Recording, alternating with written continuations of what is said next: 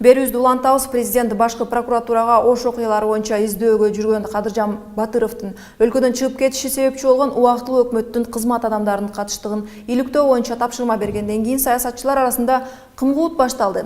Айталык, Кадыржан Батыровго дипломатиялык паспорт берүүдө даналыктанган деген маалымат боюнча Эдил Байсалов маалымат жыйын өткөрсө, Ата Мекен партиясынын лидери Өмүрбек Текебаев экинчи ирет журналисттерди чогултту. Кесиптешим Айгерим Жаныкул болгон окуяларга сереп салып турду. Сөз сизде. Рахмат, Назик. Көрүүчүлөргө түшүнүктүү болуш үчүн адегенде коомдук ишмер деп аталып жаткан Эдил Байсаловдун ким экендиги туурасында кыскача маалымат бере кетейин. Эдил Байсалов 2010-жылы убактылуу өкмөттүн төрайымы болгон Роза Отунбаеванын аппаратын ошол кезде 1 айда жетектеп калган. Ошол маалда сөз кылынып жаткан Кадыржан Батыровго өзү үчүн, анан дагы бир-эки жакындары үчүн дипломатиялык паспорттун мөөнөтүн узартып берүү үчүн ошол кездеги Тышкы иштер министри Руслан Казакбаевга кайрылуу жолдогондугу туурасында маалымат тараган болчу. Ошол кагаздын көчүрмөсүн биз социалдык тармактар аркылуу дагы өзүбүз көргөнүбүздү билебиз. Эдил мырза мына ошол түзүлгөн кырдаал, ошол маалымат боюнча кененирээк түшүндүрмө берүү үчүн бүгүн маалымат жыйын өткөрүүнү эп көргөн экен. Эдил мырзанын айтымында Тоготер жеринде эч кандай Кадыржан Батыровдун качуусуна эч кандай тиешеси жок. Бүгүнкү маалымат жыйында өткөн бүгүнкү маалымат жыйында сүйлөгөн сөзүнөн кыскача үзүндүрүүн сунуштайм. Биз жаңылбашыбыз керек. Алмаз Атамбаевдин терең ойлонулган жана кадам менен, ай менен даярдалган, жазылган планы бар. Бул кеп акыркы бол конституция жөнүндө болуп аткан жери жок. Бул кишинин планы бийликтин жалпыдан түбөлүккө чейин өзүнүн менчигине кылып узурпациялоо.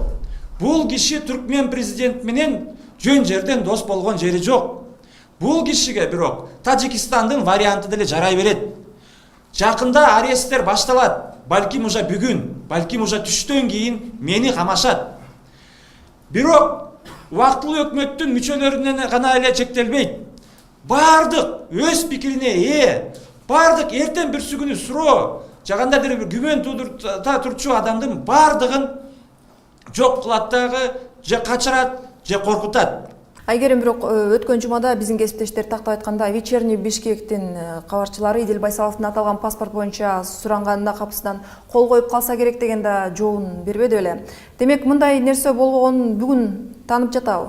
Ооба, Назик, сиз айткандай эле журналисттер телефондук сүйлөшүү жүргүзүп, кандайча андагы министр ошол кезде Руслан Казакбаевга кайрылуу жолдогонун сураганында Эдил мырза көпкө чейин ал жагдайды эстей албай жатып араң эстеп, анан жардамчысы алып келген кагазды байкабастан кол коюп койгондугун айтып берген. Бирок бүгүнкү маалымат жыйында ошол жерге анчалык көп деле токтолгон жок. Эдил мырза бул нерсени тескеринче ошол кезде алып келинген кагазга кол коюу, кайрылуу, мунун бардыгы официалдуу же болбосо расмий түрдө болгонун билдирип кетти. Беле кетейин, бул бүгүнкү дүйшөмбү күнү бул Эдил Байсаловдун бир эле маалымат жыйын өткөн жок. Буга чейин дагы Ата Мекен партиясы лидери Өмүрбек Текебаев дагы бүгүн көп өтпөй бир нече сааттан кийин ал дагы өзүнүн маалымат жыйын өткөрдү. Беле кетейин, Өмүрбек мырза бул ирет экинчи жолу журналисттердин башын бириктирип, ошол түзүлгөн кырдаал, жогоруда биз ошол эле Кадыржан Батыров жана ошол конституциянын тегерегинде билдирүүлөрдү биринчи жолу айтып жаткан жок.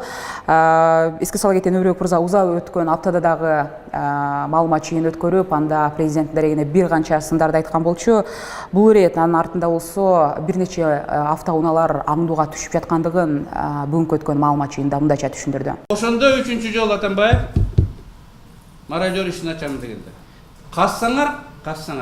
Мен дагы айтам да.